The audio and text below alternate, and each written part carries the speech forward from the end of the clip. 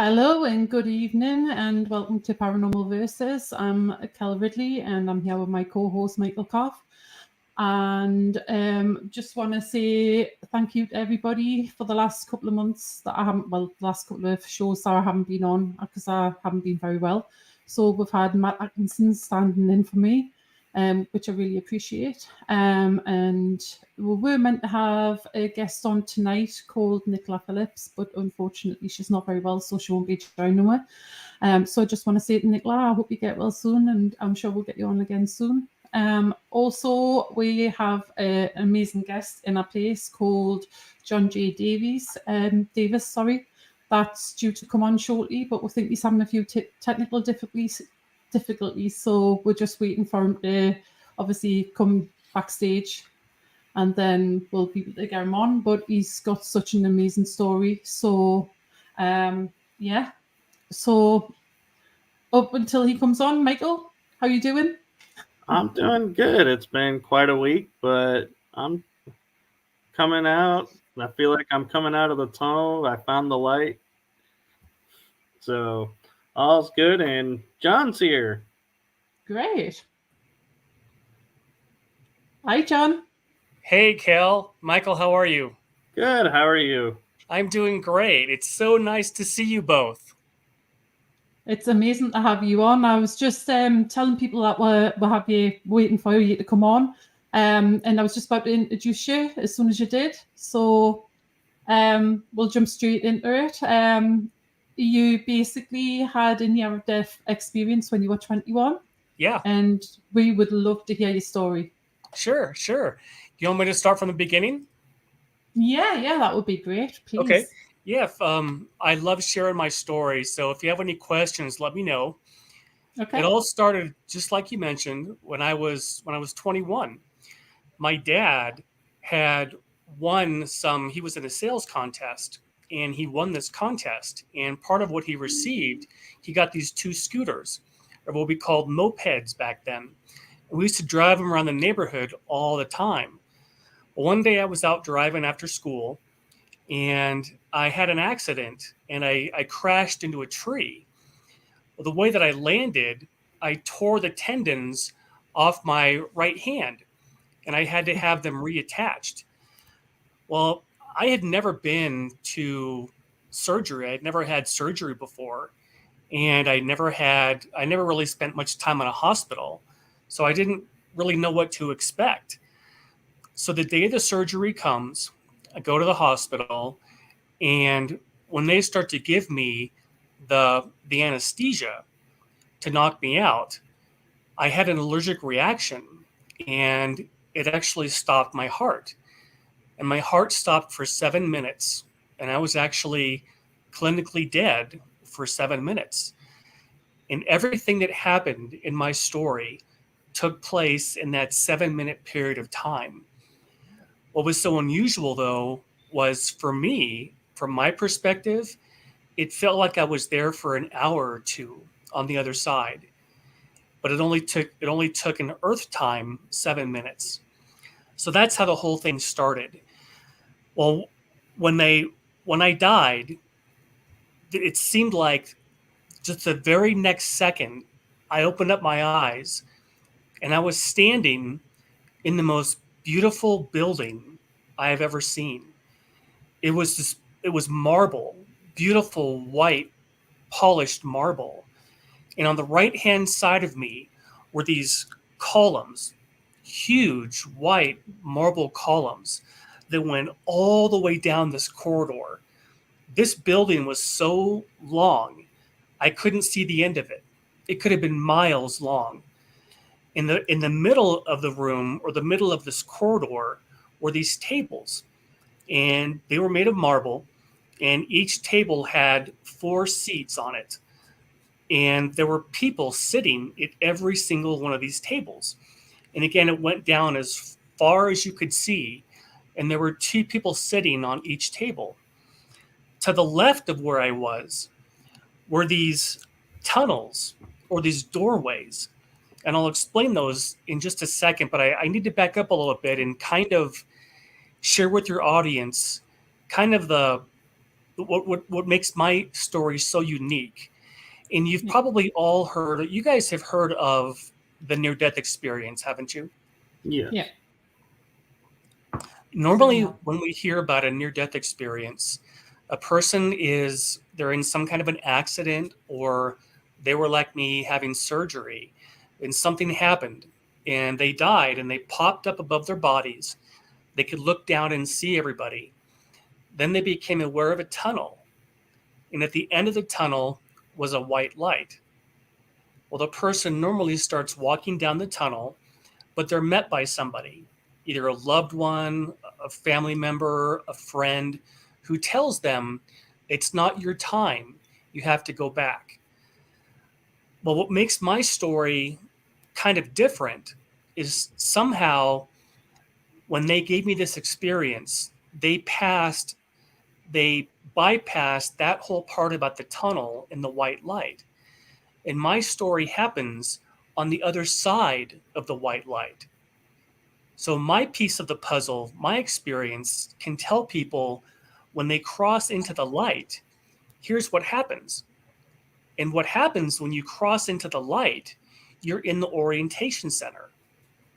And I have to say something else. The reason I was able to share this information is right about then, during my experience, I heard in my left ear, "My name is Alan. I'm your spirit guide." Well, when I had this happen, when I was 21, I had never heard of a spirit guide. I was raised Catholic, and I didn't know anything about what was called a near-death experience. It wasn't even something that was coined yet. So I had no idea what I experienced. But everything I'm going to share with you and your audience is from what my guide told me. He took me from one place to the next. He took me to the outside of these places, and then he took me to the inside. So I'm able to describe for your audience all the different things that I saw.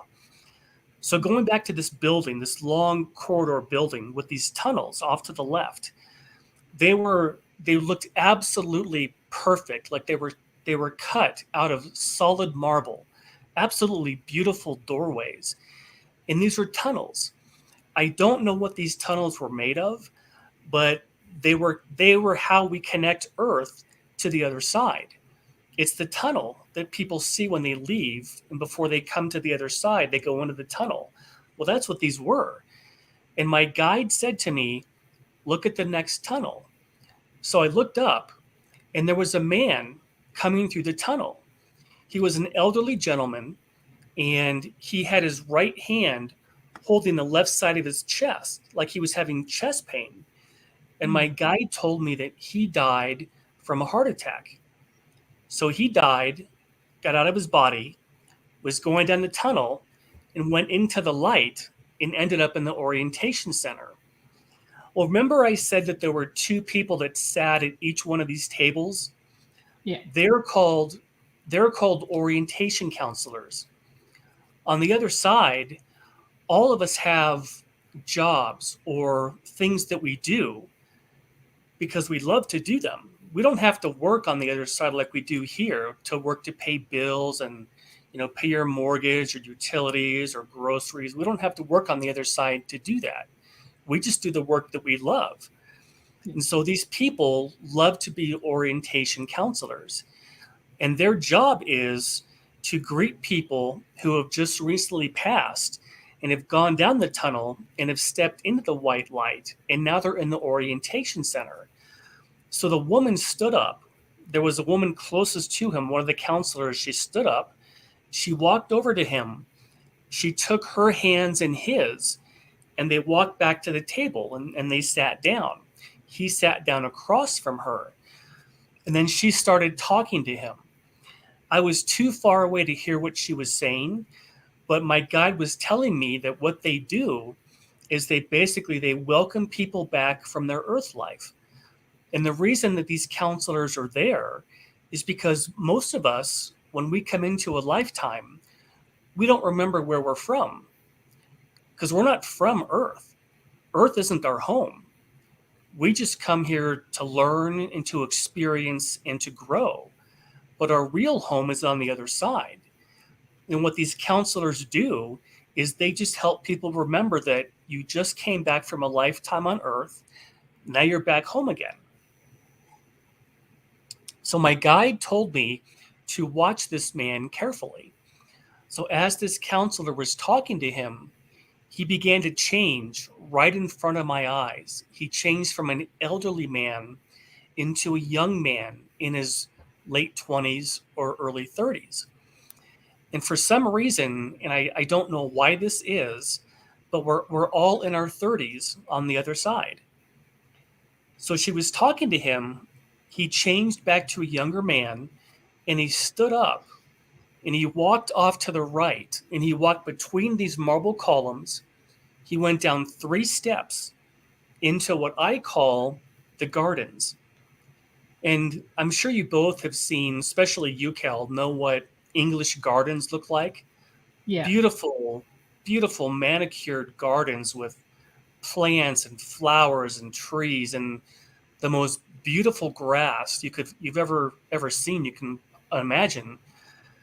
What they do is once a person dies, they finish their lifetime, they go through the tunnel, they have that orientation. Well, in these gardens, they have what is called a reunion. And everybody that person knew who crossed before them is there to greet them, whether it's parents or friends or siblings, anybody that person knew in their life, and also the people they knew on the other side are all there to greet them. And here's why. I don't understand why this is, but the Earth, this planet, is one of the hardest planets of all for people to have lifetimes on because it's so hard here. There was so much that people experience here during their lifetime that many people find it traumatic to have a lifetime here. So many don't. Many souls choose not to come here. They go somewhere else. So when you finish a lifetime, it's a really big deal when you finish a lifetime here on Earth. And so all these people are there to greet you when you cross over.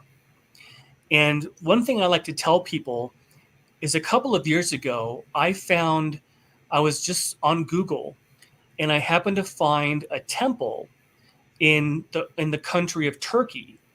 And your listeners can Google this if they ever have a moment and want to see what this looked like. But my guide showed me what all these buildings looked like. And most of the ones he showed me were made of beautiful white marble, just like the Greeks and the Romans used to use. Well, the first building that he showed me was this orientation center. And it looks like this building in Turkey. And it's called the Temple of Artemis, Artemis. So if you ever want to Google what this building looked like, you can go look at this building in Turkey. So that was the orientation and the reunion. The next place he took me to, this building was rectangular, very, very large. All these buildings that he showed me were huge. We have nothing like them here on Earth. But this one had columns, again, marble columns all along the outside of the perimeter. Just absolutely beautiful building.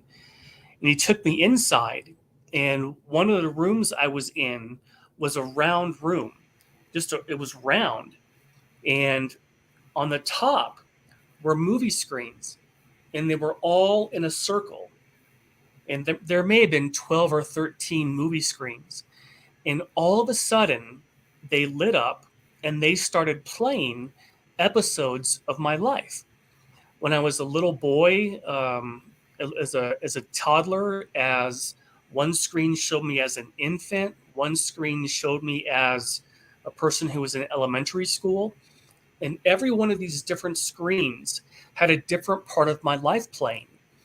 And my guide explained to me, he said, once you cross over and you finish a lifetime, you go and have a life review because you want to see if you accomplished the things that you would set out for yourself before you came into a lifetime here.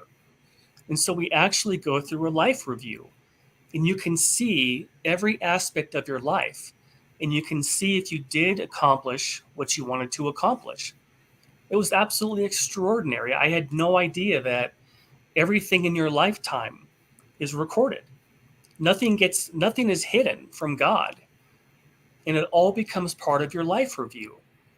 And the reason he showed me this was he wanted me to tell people that life reviews really are real, because it's a way to check your progress. How are you doing in that lifetime? Did you do what you wanted to accomplish? So that was just an extraordinary part of my experience. The next place he took me to was, again, a huge marble building with marble columns out front. But this one was a little bit different. When he took me to the inside, I was in a room, and there were many, many rooms in these buildings.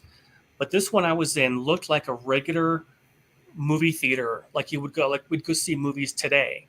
There was a screen up front and one chair. And I sat down, and my guide showed me 3 different lifetimes. And the reason he showed me this, because he wanted me to tell people that past lifetimes are real, because we are eternal. There is no end. We exist for eternity. And many of us have many, many different lifetimes, because knowledge never ends. Learning is forever. So he wanted to show me these 3 different lifetimes. The first one he showed me, I was a monk. I had a shaved head. I was wearing a red gown, and I was in a monastery. I was a monk. And my job was to teach the little kids about the monastic life. And that lifetime took place somewhere in Asia. The next life he showed me was of a shoe peddler. And this lifetime took place somewhere in Eastern Europe.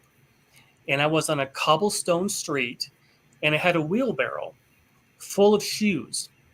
And my job in that community was to fix people's shoes. And that's what I did during that lifetime. The third lifetime he showed me was of a fisherman. And I was standing in a wooden boat, and I had a net.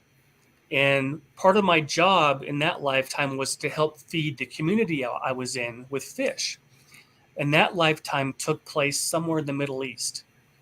So I had an idea of where these lifetimes occurred. And again, the whole idea was for me to share with people that we live forever. There's never an end. And we have many, many lifetimes. Some have more than others. And again, there are many who don't come to Earth for the reason being that it's just too hard for them. So it's a really big deal when you have a lifetime here on Earth. Do either of you have any questions for me at this point? I don't know about you, Michael, but I've got a few. Well, I'll just keep going then. I was just going to say, is having experiences myself, it's kind of interesting how you stated it, because I never did the tunnel myself. And I always thought it was because they're like, oh no, here he comes again. Let's give him the back door. Yeah. So he doesn't scare the other people. Oh, that's funny. Funny. And when you're talking about the life review, I remember that. And really? I remember how that is one of the big things. And the one thing that I remembered of the life review, I don't know if you were told this, was not only do you see your lifetime that was, reviewing it, but you feel what everybody else felt. So if you lashed out at somebody, you felt how they felt, and you felt your anger. So it's like you get to see it from both sides. Yes, that is true. You do feel that. Yeah, that's why nothing is ever hidden. If people think that they got away with something in life, they really don't, because you do feel if your actions hurt someone else. And everybody has to go through a life review. Even someone like Hitler, nobody gets out of it. They all have to see what they did. Yeah. So the next place, and this one was probably one of my favorite ones. He took me to a building that was, again, enormous, and it was a round building. but it was huge, like the Colosseum in Rome, but even bigger than that. And it had marble columns all around the outside, and it had a dome on top, a domed roof. And this building, this is where we go when we plan a lifetime. I don't know why we go there, but all of our lifetimes really are planned. It's not just some kind of an accident. We really have a reason for why we come in to the different planets. And we go in, and he showed me one of the tables. Again, it was all marble, just beautiful white marble. And there was a scroll on this table. And what he wanted me to tell people was that we write down all the major aspects that we want to learn on these scrolls. And to the right of me was this huge wall, and there were scrolls from every single person who was in a lifetime at that point had a scroll, millions of them. And he wanted me to see that we actually put down on these scrolls our life purpose, what we want to learn. And it's so detailed. You put down what country you're going to live in, who your parents are going to be, what language are you going to learn, are you going to go to school, are you going to a university, what are you going to do with that life in terms of your work life. And it was so amazing because I took the ribbon off the scroll and I folded it out on the table, and I could see all this writing on this scroll. And do you know what calligraphy looks like? Yes. That's what it looked like. It looked like the kind of writing where you take that pen, dip it in ink, and then you write. That's exactly what these scrolls looked like. Well, it has all the different components of our lifetime, what we want to learn, what do we want to experience, how do we want to grow. And when you finish your lifetime, you come back and you look at your scroll, just like you do on a life review, to see if you accomplished the things that you set out to accomplish. And it's almost like, you know how people every new year, they'll make up a list of New Year's resolutions or goals for themselves for that year. Yeah. That's kind of what we do with a lifetime, because you want to take advantage of the time that you're going to have, and you accomplish so many things in your lifetime. So it was just extraordinary for me to see that we really do plan our lifetime. Now, the one thing that I have been asked a lot, and I don't know, because when I was having my experience, I didn't know that I had died yet. So I was just going along with this as we were going. But people have asked me, if we plan our lives, do we also plan when we're going to pass and when we're going to die? And my guide didn't tell me that specifically, so I don't know to what detail, but I think to some degree we do plan at what point we're going to leave, because we all have to know, all of us have to get out of here some way. Nobody gets out of life alive. You know what I mean? Yeah. So there's something, and I just don't know to what kind of detail we plan that. So he wanted me to be able to tell people that these scrolls that we have on the other side have our life plan, what we want to accomplish. And something else that was inside this beautiful building, he took me to an area that looked like a library, but all the books looked the same. Have you ever seen Encyclopedia Britannicas? Yes. Yeah. They all look kind of the same. Yeah. That's what these books looked like. And what they were books that had all of our soulmates. You've probably heard the term soulmate before. Yep. Soulmates are real. When God created all of us, he created all of us with a perfect mate, someone that we would have with us for eternity. And on these books, everybody has the name of their soulmate. And the book contains everything about that person's experiences, that person's lifetimes, how many lives they've had, what they've learned. And so anything you want to learn about your soulmate, you can go to this area and pull the book out. Well, he took me to my soulmate's book. so I could explain to people how this, what soulmates really are.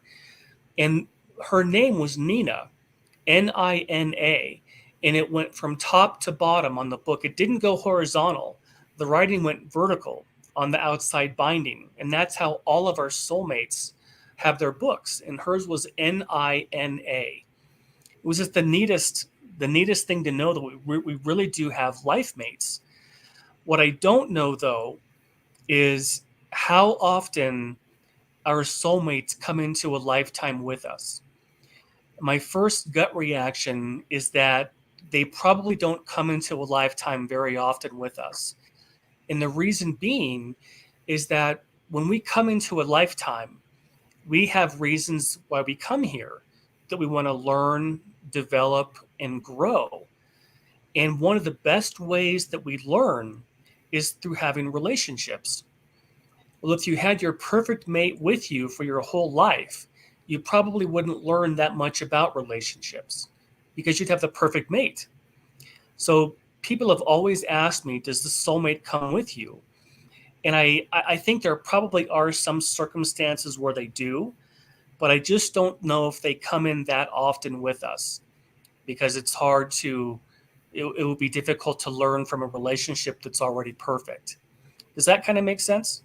Yeah, It definitely. does, and it also explains why, too, is we always, like, I was brought up going, yeah, you'll find your perfect soulmate, just keep waiting and working on yourself, and it makes sense why we don't find each other right away, because like you're saying, it would be done and over. There'd be nothing to learn. And exactly. And one of the things that, and this is kind of a hard concept, I think, for a lot of people to understand, but it's been proven to me over and over again in my life, is that we don't tend to learn anything when everything is going perfectly. Yeah. When everything is going smoothly, you really don't learn that much. It's only when you have to really hunker down and try to get through something that you learn. And when you get to the other end of that traumatic event or experience, that's when you realize, wow, I learned so much from that I wouldn't have learned if I hadn't gone through it. So when you come into a lifetime, especially on this planet, you learn when you go through something that was kind of traumatic or difficult. That seems to be something that all of us can attest to, that's how you learn. And so just like what you said, Michael, that's absolutely a fact. Relationships are one of the greatest ways we can learn. They teach us tremendous amounts of information. I Yeah. was just curious, going back about the soulmate. One thing that I started thinking about is, because I've been told we have soul family that we have lifetimes with, and I wonder if the soulmate, we think of soulmate as always being the love of your life. You're going to find them, have the perfect love, everything. But they could also come in, I think, as a friend who's always the one standing by you, supporting you through thick and thin, and is helping you along the way, but doesn't necessarily turn romantic. And I wonder, do you feel the same way, that that's possible, or you think soulmates are always romantically entwined? That's a great question, and I don't actually know. My guide didn't mention anything about that to me. He just wanted to show me that soulmates are real, but I don't see why that couldn't happen. I don't think they always have to be romantic, like you said, because you still learn. Right. So that's a good question, but I don't really know the concrete answer on that. Do you So have a question, Kell, or we have one in the chat room? I was just waiting to hear the rest of John's story. That's all. Sure, I'll keep going. Well, when I was in that building, the one with the big round dome on it, I looked over to my left, and there was this huge window. And it was the first time that I could actually look out and see what was outside of these different areas, these different buildings. And what I was looking at was an absolutely beautiful lake. The water looked like glass. It was so still that you could see the bottom. It was that clear. And there were, have you ever seen weeping willow trees? Yes. Yeah. You know, those trees that have their leaves that hang down? They were all hanging down in the water.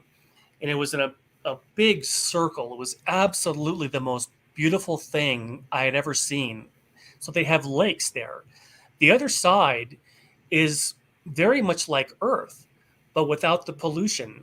There's no pollution, there's no war, there's no hatred, there's no hunger, there's no homelessness. It's really a perfect place that God has created for us. And the reason that my guide showed me this lake was he wanted me to know that everything that you like to do here on Earth, you can also do on the other side. If you like to swim, if you like to hike, if you like to paint, if you like to go to music festivals, anything that you can do here, you can do over there. And while I was looking at this lake, out in front of the building that I was in, there was a walkway, and I could see that people were walking back and forth, and they look just like we do. They have bodies. Some people I've heard say that on the other side, people are just orbs of energy, but that's not what I saw. Everybody has form, just like we do, and they all look just like us, but they have their own unique expressions, just like we do. You can look at each person here on Earth, and they all look differently. They all have their different looks to them, and that's what we have on the other side too. And it was interesting because people on the other side tend to wear robes or gowns. And I asked my guide, or my guide told me in my head, he said, people wear those because they're the most comfortable. But you can wear anything you want. You can wear jeans and a t-shirt. So it's totally up to the individual. I thought that was really neat to know that too. So that was the building where we plan our lifetimes. And I don't know why we go to that particular area, but it seems to be the place that we go with our guide when we want to plan another lifetime. They help us plan the different elements of that life. The next place he took me to was probably one of my favorites. Have you all seen or been to a planetarium? Yes. Okay, good. Well, the planetarium is where you go to look up at the ceiling, and they'll show pictures of planets and stars and things like that. Well, the other side has those also.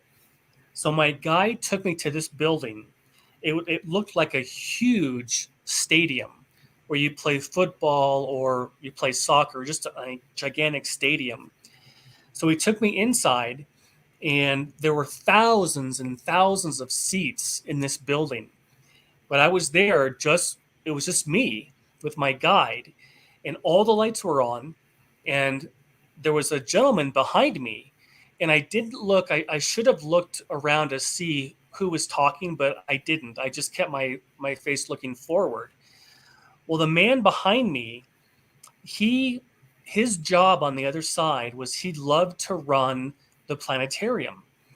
On the other side, we all have jobs, but it's not because we have to do them. We just do them because we love to do that kind of work.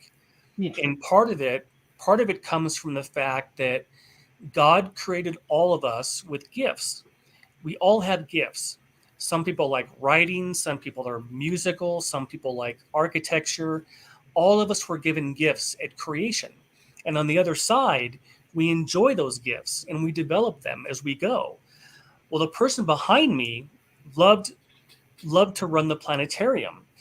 And he said to me, "Let's begin." When he said, "Let's begin," all the lights went off. It was pitch black. And I sat down and I looked up at the ceiling. And he said to me, "When you look at the stars, this is what you see." And what he meant was people on Earth at their level of development and knowledge at that particular time, this is what they see when they look at the stars. In other words, this is where their knowledge is. And he started showing me our solar system, Earth, then Uranus showed up, then Neptune and Jupiter and Saturn, all of our solar system. And then it disappeared. And then he said, when we look at the stars, this is what we see. And what he meant was everybody who was on the other side at that point, where their level of knowledge and growth is, this is what they see. And all of a sudden, he started showing planet after planet after planet. First, there were dozens, then there were hundreds, then thousands and millions of planets. And the reason that he showed me this planetarium was for two reasons. The first one, they wanted me to tell people that Earth is not the only inhabited planet, that there are billions of other worlds in the universe. And also, he wanted me to know that we can have lifetimes on other planets. Earth is not the only world where we can have lifetimes. There are virtually unlimited number of planets. God, in all of his wisdom and love for us, created all these different galaxies, all these different planets for us to learn from and to grow. And we can have lifetimes on any of them. And I think that was probably one of my most favorite parts about my near-death experience was learning that Earth is not the only place. There is a huge universe. And I want to share something with you both and for your audience to kind of give you an idea of how massive the universe really is. I was reading an article from an astronomer a couple weeks ago, and she wanted to give people an idea of how large just the Milky Way galaxy is. Did you know that astronomers estimate that just in the Milky Way alone, they think there are 100 billion planets, not millions, but billions of planets just in our galaxy.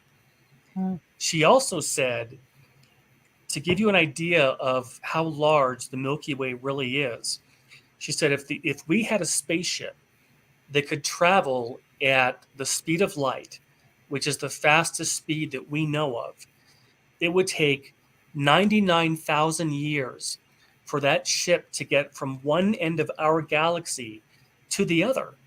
99, almost 100,000 years just to get from one end of the galaxy to the other. And if you could imagine how many galaxies exist in the universe, the opportunities for learning are unlimited. And it's not to say that on the other side, all we do is spend time learning. That's not really true. You can, but on the other side, many times we just spend time visiting with loved ones in between lifetimes. And nobody makes us come into a lifetime. It's strictly up to us. We can determine when we want to come into a life and when. I have a lot of people ask me questions about, well, do we have to come back? Does anyone make us come back? And the answer is no. It's strictly up to us when we want to come back into a lifetime and where we want to go. All right. The next place he took me to was by far the biggest building that I've seen in my experience. It was a huge rectangular building, and it looked like the Supreme Court building here in the United States. It didn't have columns on the side. It just had columns up front. Beautiful round marble columns out front, and about 50 or 60 stairs leading up to the front of this building. So he took me on the inside, and when I got inside, I could see that it was a library.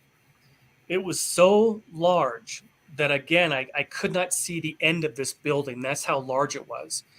And this library had anything that you ever wanted to learn was in this library.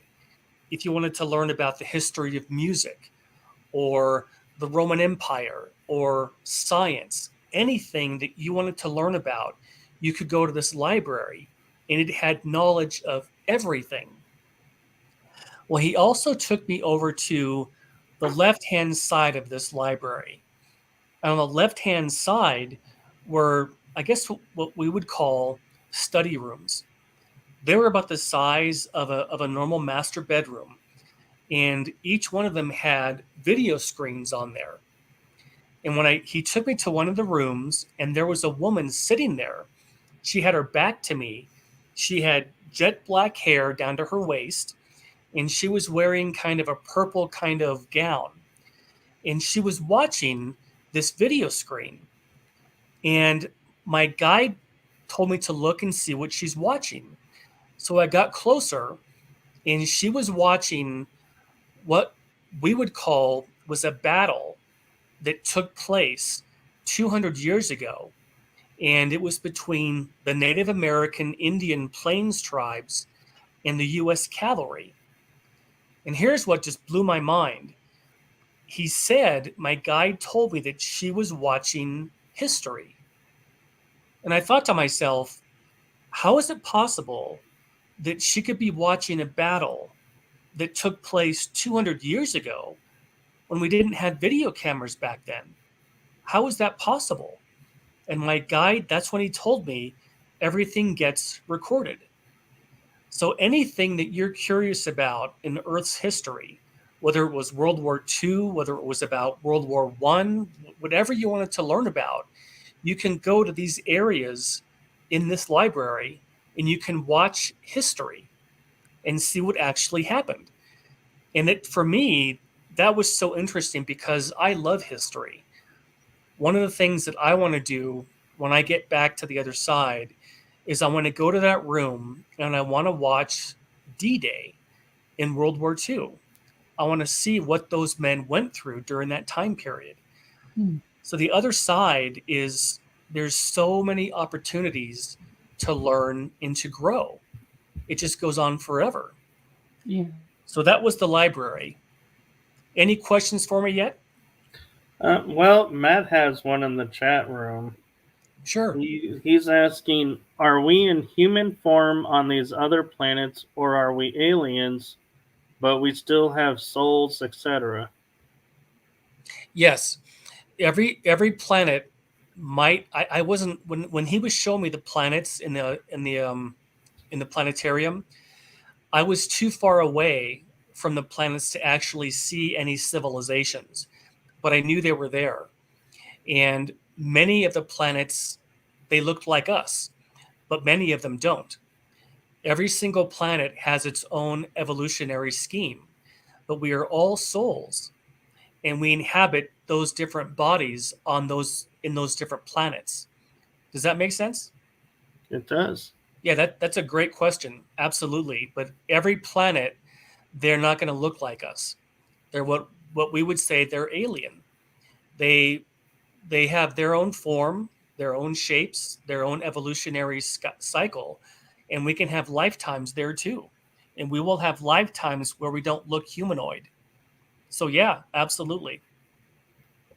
Here's another favorite part that I saw on my near-death experience. My guide took me to an area on the other side, and he showed me a castle like in Kell, you've probably seen this more than anybody, but the castles in England, in the UK, Yeah. absolutely beautiful. And he took me to an area on the other side where I could see a castle. And the reason he did this is he wanted me to know that not only can you go to watch video screens of a particular time in history, but you can also go to the other side and you can see what the buildings looked like that existed on Earth at a particular time period. So if you wanted to learn about England and learn about castles and what they looked like, you can actually go see them on the other side. And that's what he took me to. And he said to walk in, and this castle was made out of stone, just beautiful, like it had just been created. And as we walked in, the first thing I noticed was the red carpet. There was beautiful red carpet all the way on the inside of this castle. And I noticed that on the left and right hand side were these huge walls. And on the walls were life-size paintings of the kings and the queens and the royalty that had lived in that castle during that time period. And the paintings were just like what those people looked like. So if you wanted to learn about, let's say, King George, for example, you could go to one of these castles, you could look at his paintings, see what he looked like, and you could also see the kind of clothes that they wore. Well, in front of each one of these pictures, there was a podium, and on the podium was a book. And what it was this book had everything about that person's life written down. And what was so neat was that if you wanted to learn about a particular person in England's history, for example, you could come to this castle, see what they lived in, what they wore, what they looked like. You can also read about them in this book. So that was just so fascinating for me. And right about then, I looked over to my right. You know how castles have those circular stairwells that you get to the different floors? Yeah. There was a woman who was walking down this stairwell, and her hair, Kell, looked just the same color as yours, and she was wearing kind of a peach, kind of a gown or a tunic, and she walked up to me, and she spoke to me, and she said, "Is there anything I can help you find?" You know what I said to her? Stupidest thing, and I still kick myself to this day. I said to her, "Oh, no thanks. I'm just looking." I could have asked her anything. I could have said, "Where am I? Who are you? What's going on? I was supposed to be having surgery. What's going on?" But I didn't think of that. And I said, "No, I'm just looking." So I kick myself for that even to this day. But my guide told me that what she loves to do on the other side is she loves to study history. And what you could ask her, you could ask this woman anything about Earth's history during that time period. Wow. So again, the whole idea of people doing what they love to do on the other side, and her, what she loved to do was to study history. So if you wanted to know anything about Earth's history during the medieval time period in Europe, you could go to the castle, you could read this person's book, and you could also ask this girl anything about that particular time in Earth's history. So that was all the different places that he took me to on the other side. And it's only a very small area of the other side that he took me to. The other side is like a planet. But he took me to all these different areas on the other side so I could tell people what kind of things we do on the other side. And here was the last part about my near-death experience. Oh, before I forget, I want to mention all of our animals that we have had in our lifetime, they also make the transition to the other side. So any animals that you've had when you were a child or as an adult, when they pass over, they cross over too. That's how good God is. He actually created these companions for us that live with us for eternity. So all the animals are there too. Well, here's the last part. My guide took me to a field. It was probably the most beautiful wildflower field I've ever seen in my life. Beautiful round hills, grasses, beautiful flowers. And then he left. And in front of me, all of a sudden appeared Jesus. And I knew it was him because in my mind I heard, "This is Jesus." And he spoke to me. And I could see his hands. I could see he was wearing a white robe. And he had gold sandals on, gold-colored sandals that laced up his calf. And he was wearing a golden sash around his waist. But I couldn't see his features because there was so much energy that was coming out of him that I couldn't see his face. But he spoke to me and he said, "You must tell them there is no death." And the very second he said that, boom, I was right back in the hospital again.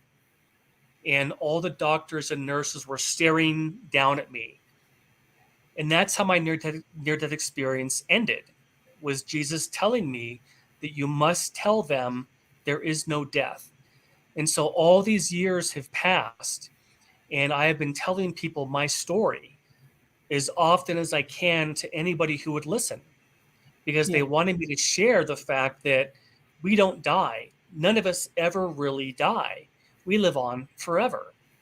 And so that was my whole near-death experience. Oh my God. That's pretty amazing. I must admit, when I got told to watch your podcast with story on, there was something just triggered in the back of my mind. I had a operation when I was 6 years old, and I didn't get told. Yeah, I didn't get told until I was an adult that what had happened. It was a surgeon when I had another operation was going through my notes, and he told us exactly what happened. For some reason, my parents wasn't told. Apparently, I passed away. So I didn't know about it until I was older. And when I heard your story, there was something that was triggered in my brain. I felt like it was a memory, but it's weird because I've never thought about anything like that. So I'm wondering whether I've gone through a similar sort of thing but can't remember it. Oh, I absolutely believe that. Absolutely. Yeah. Because you were only 6, right? Yeah, I was 6 years old. Yeah. Absolutely. I have no doubt that's what that was. Mm-hmm. Definitely. Yeah, and that's why I thought I'm going to have to get you on the show and obviously let everybody else hear your story, of course, and then find out as much as I can.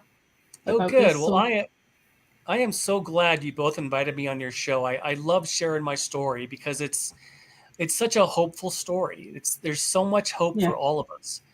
And I think the thing that I want to share the most with your audience is that, as a takeaway, to know that nobody really dies. We all here for a short period of time. We come here to learn. And then when our lifetimes are finished, we go back home again. But nobody really dies. Mm-hmm. I've got a few questions for you. Go on, I'll let you go first, Michael. I'll let you go, Kell. I've asked a couple questions already. Okay. What I was going to ask is, do you think do you know, obviously the scribble that caused your accident? Sorry. Do you think that was pre-planned so you would actually go up there and see what was going on? You know what? That is something I've wondered for a really long time. I don't know. I think that so much when I was younger, I always asked, what is my purpose? What am I here for? Why did I come into this lifetime? And I think there has to be some truth to what you just said, Kell, because it's been the focus of my life ever since I won. And something I tell people that amazes me to this day is I have a really bad memory.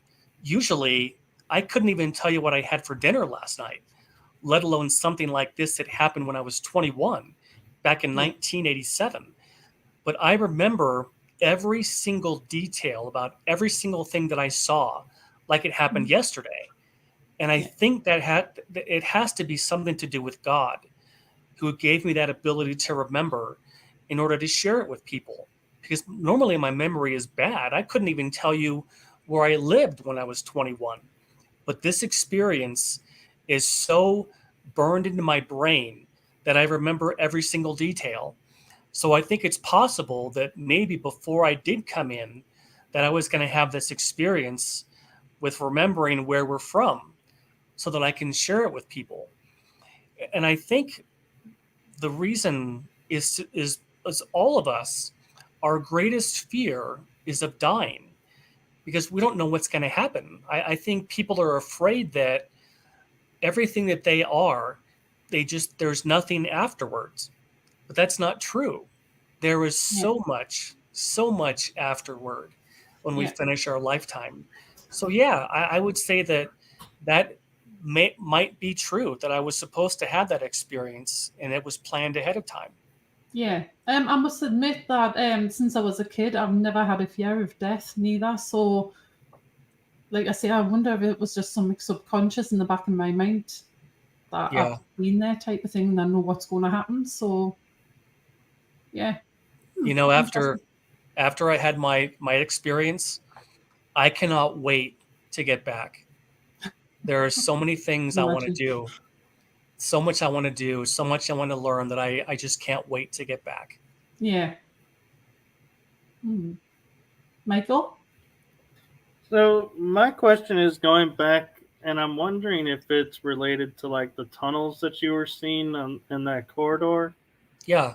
Is I was told throughout our lives there are what's called windows, to where when we hit that window, we have a choice. We can have a near death experience or continue going. And, or I say near death experience because we can choose to die or not die. But I'm wondering if that could be like those tunnels that you were seeing, is like those windows to where it's like we hit a certain point and we have a choice to make somewhat within us that says, hey, do I want to go to the other side now, check what's going on, or keep going and see what the future holds? That's a really good question. I have heard similar things like that too, that people have what they call exit points, that you actually plan into your chart different time periods. But I don't know. My guide didn't tell me that specifically, but it could very well be true, because on those scrolls where we actually plan our lifetime, there has to be something about how we're going to get out, how we're going to leave this life. Either we're going to live to be a ripe old age and die naturally, or are we going to have some kind of an accident? Are we going to have some kind of a disease, some kind of an illness? Because I know that not all of us plan to have a lifetime to be age 90. Some of us only plan to come in for a little while, and we might leave as a child, or we might leave in our 20s. I have a friend of mine who lost her daughter in a car accident when she was 21. And ironically enough, she told her mom that she wasn't going to last past age 21.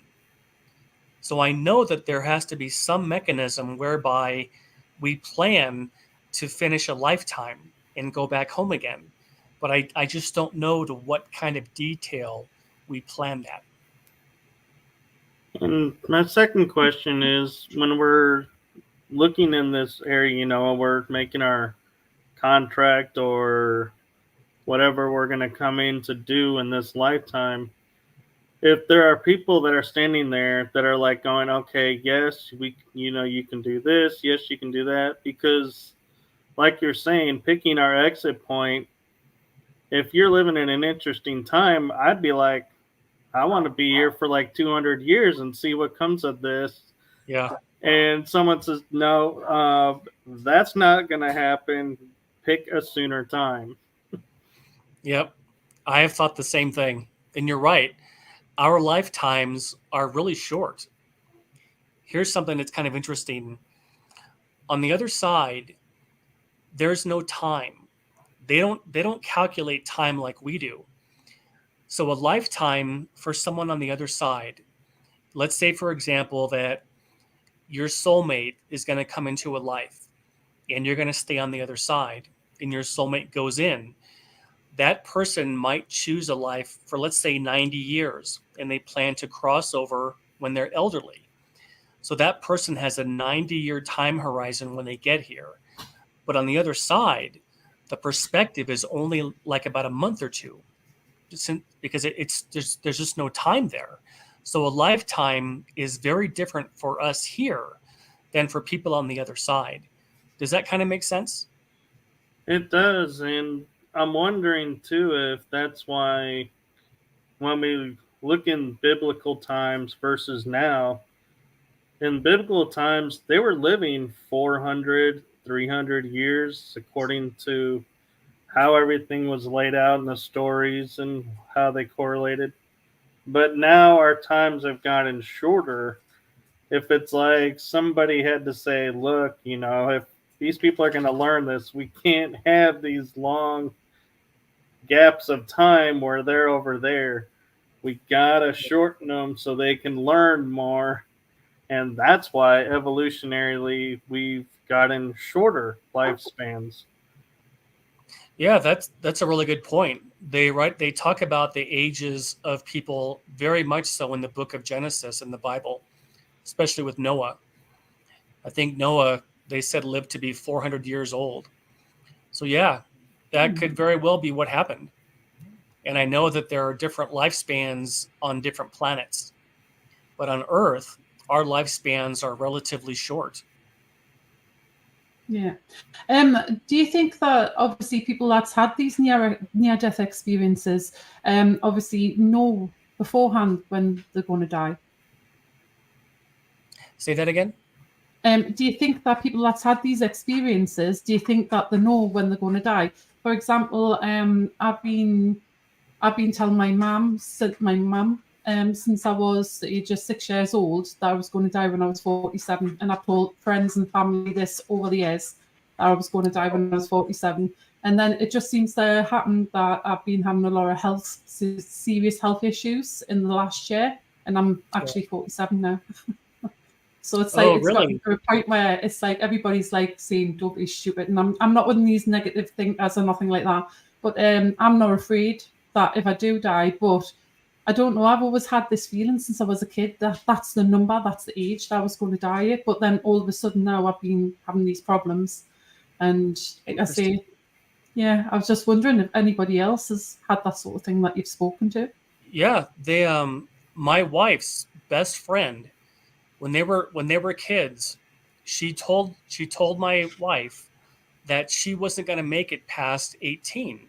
And for years she knew that. Yeah. And when she was 18, she was killed in a car accident.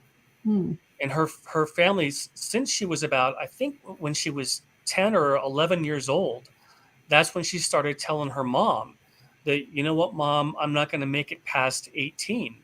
I'm just not supposed to be here past that time. Yeah. So I think some people do remember that they have a limited time and they know when they're going to pass. Yeah. But I think for the most of us, the vast majority of us, we don't remember that. So it could be that that's how you plan to check out. Interesting. Now, an interesting thing that I'll share, and I'm curious your take on it, John, is I've lived several lifetimes, and I was told I have never lived past 25. So when I turned 25, I was watching, seeing what's happening. And then that's like, I made it to 26. And I was like, well, if you didn't count this as like year 0 to 1, maybe 26 is really 25. So I was watching, being careful. And when I made it to 27, I was like, can we bypass our exit point and keep going? And I also noticed, like, having knowledge of events that were going on around me, suddenly it was like I was like standing in an unknown. Like, I have no idea now what to do because this is brand new. Yeah, that's a really good question. I have wondered that too.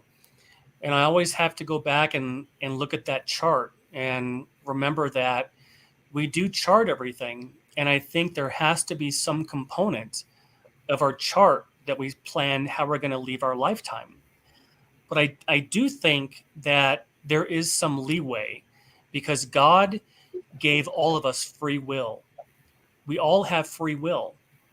And it's hard for me to think that every single thing that we put down in our life chart has to happen because I don't know how that would work. If you had said that you're going to die in this lifetime by a car accident, how do all those synchronicities happen at the same time to have that person pass at age 18 or age 20? Or if a person's going to die from some kind of a prolonged illness, how does that actually happen? So, and I don't know what all the different mechanics are to how that actually can take place. But I think that you probably do have the ability to extend your life if there's more things that you want to learn and grow from. So I think that's entirely possible. Yeah. There was a question that I was wanting to ask you. Also, have you had any more communication since you've been over there? You know what, Kell? 8 years ago, when my father died, I had something happen, but I've never had any kind of experiences other than my near-death experience until 8 years ago. And here's what happened. When my wife's dad died, he came to me in a dream, and he said to me, "Don't worry, everything's going to be all right.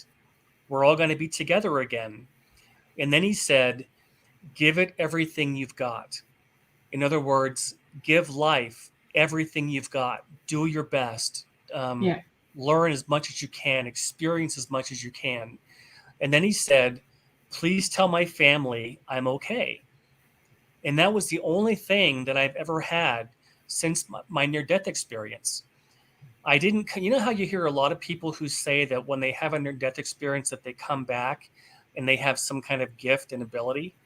Mhm. Well, I didn't have anything like that other than the memory that I have of everything that happened during my NDE. So sometimes I think that could have been the gift that I was given, was the Yeah. ability of recall, having the ability to share with people what it's really like over there, and not to be afraid of dying. Yeah, that's interesting. Yeah. Funny story for you, John, is you know how because you say you don't go back is I learned after having at least three that I know of and can recall that I'm able to come and go beyond the veil and come back and have just travel to the other side where everything is without having to go through the near death experience again. And one of my guides came back and said, we're putting a ban on you because you're spending too much time over here and you need to spend more time on the planet you're on. So we're gonna stop you from coming here for a while and we'll resume it later, but you need to be here present. Have you heard that from other people that people can come and go more as they please after having one or two? You know, I have actually, and I've heard people say that when you're on Earth, you have to take the curriculum. You can't skip anything. You're actually here to take the classes you're supposed to take and to learn what you're here to learn. But I have heard that before. People saying that they could skip out on things, but I don't know the level of detail though. I just don't know all the details. They gave me more of a really broad overview of so much. And there are so many things, Michael, that if I could go back and have that near death experience again, that would be one of the questions I would ask. And I would also ask, how much detail goes into planning when we're going to pass from this life? Because I have more questions now than I had back then. Yeah, I wonder, John, though, too, if because like I don't die going back. It's like I can travel there when I put my body to sleep. If maybe that's something you might consider is not limiting it to having to go through the death experience again, but just remember how you got there and just go I would and see love if you can enter. I would love to be able to do that. You know, something I'll mention is when I was 21 and I had this experience, I had the worst depression of my life afterwards because I did not understand how was I going to be able to live here knowing what the other side is really like, knowing how incredibly beautiful and perfect it is. How am I going to be able to make it through? And I had the hardest time. It took me a good 2 months to pull out of that, because I had to realize that Jesus told me something that he didn't ask me. He didn't say, John, would you please share this information? He said, you must tell them there is no death. So when I kind of got that through my head, I started to realize, okay, my lifetime, there's a reason that they're sending me back here. And my job is to share with people everything that I remember, everything that I experienced. And that's what I've been doing ever since then. But I think if I were to go back now, I would not want to come back here. I'd want to stay there. That's how, for you to be able to do that, that is absolutely extraordinary. I've heard that some people can do that. And I would love to learn how to do that, but I have no idea how that works. I think it has to do with my guide. Like, you had a guide, I have guides, and just talk with them and, build rapport with them, and just, I mean, that's about all I can think of what I do. Yeah, and speaking about that, John, you did say that you didn't see your spirit guide, is that right? Correct. All I did was all I could of him, I just heard him in my left ear. I never thought to turn around and see what it looked like. Mm-hmm. And I would have done that if I could have that experience again. That's definitely something I would have done. Absolutely. Everything seemed to be, it just happened so quickly that I was just going with the flow. But I would have done that for sure. Yeah. I was just wondering. Go ahead, Kell. Go on, it's okay. Well, my question is actually for you, Kell. I'm wondering, because a lot of times going to the other side, like you're saying, you were in an accident, or somebody could have an ailment, and then they come back and the ailment's gone. Yeah. And the body's healed up. I'm wondering, is that like, maybe in like Kell's situation, that her spirit's trying to tell her, let go, let's do this, and then come back and be fine? Or do you think it's not quite possible to go over there and come back and heal everything? I've heard that before too. I have read people's accounts of having a near-death experience and being healed from cancer. There's a woman that you've probably heard. Her name is Anita Morjani. She's here in the U.S., and that was very much her story. She had stage 4 cancer, and she wasn't expected to live. And she had some kind of a near-death experience. And during her experience, she was healed. And she's still alive to this day. So that actually, it really can happen. What I was going to ask you was, do you think that experience that you had has completely changed your life and the way you live? Oh, absolutely. Before I had my experience, I was very much into the material world, in terms of, in order to be successful in life, you have to have these milestones along the way. When I had my near-death experience, I realized that it doesn't matter anything about how much money you have, how big your house is. It doesn't matter about status, about money. None of those things matter. The only thing that really matters is, have you learned what you come here to learn, and have you helped people along the way? There's a quote that I love. It's from the Dalai Lama. And he said, our prime purpose in this life is to help others. And if you can't help them, at least don't hurt them. And I love that, because that's why we're here. We're here to learn, but we're also here to help others, to make a difference, to be compassionate, to help when you can, to live your life where you can be of service to others.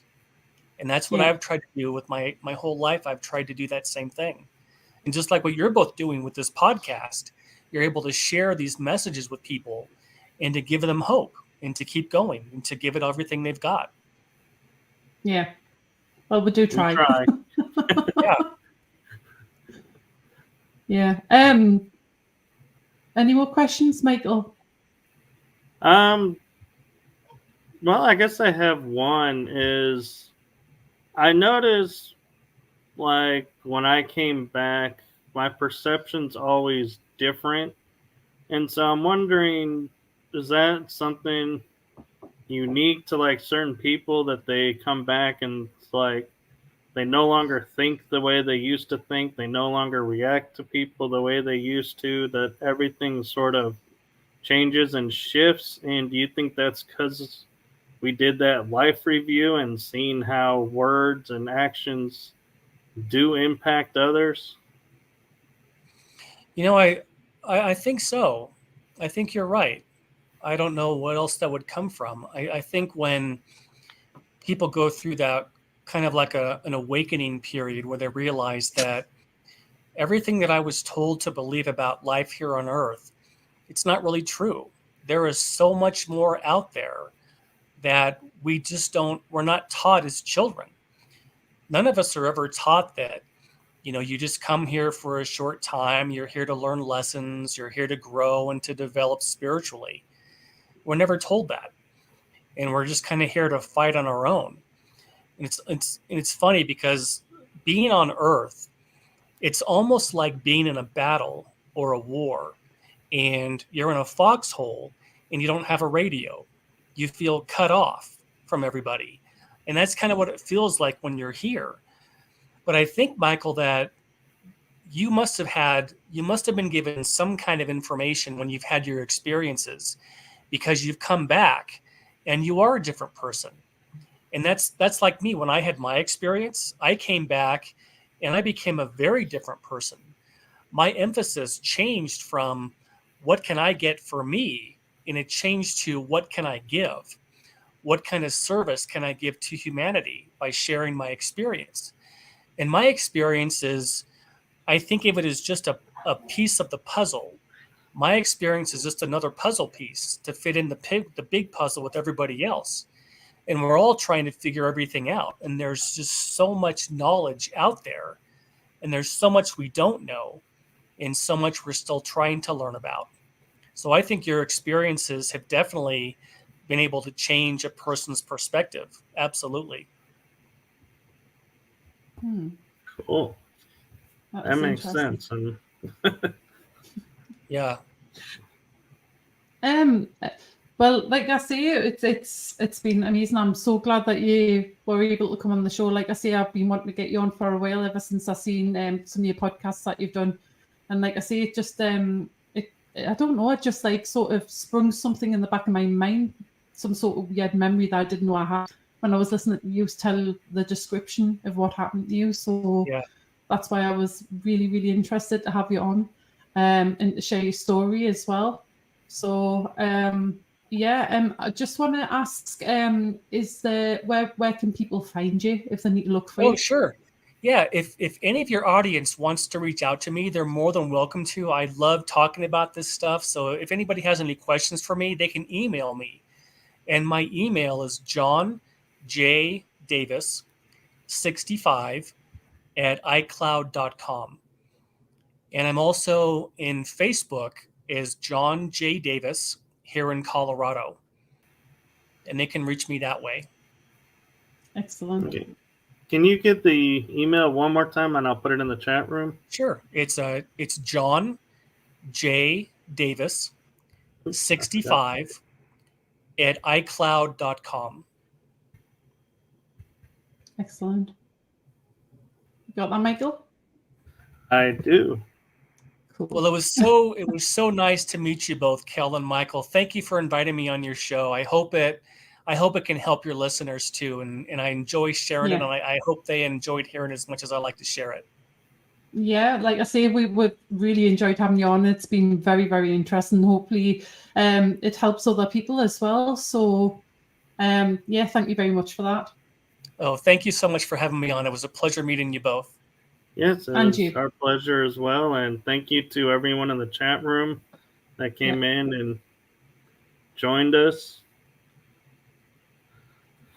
Yeah, it's been a great show. So we're going to close up now, guys. So take care, and we'll see you on the next episode. But thank you, everybody who's left comments and everybody who's watching. We really do appreciate it, and we'll see you next time. Thank you both. Thank you. Thank Bye-bye. you. Bye-bye. Good night, good day, good afternoon, whichever where you are on the world. Bye, guys. Thank you so much. Thank you. Thank you.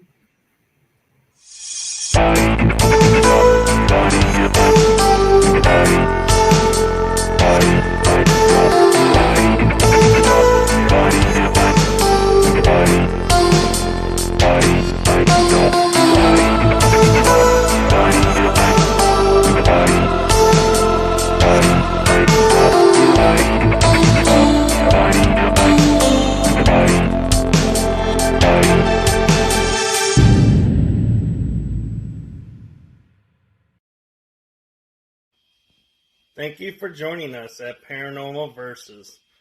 Hope to see you on our next episode.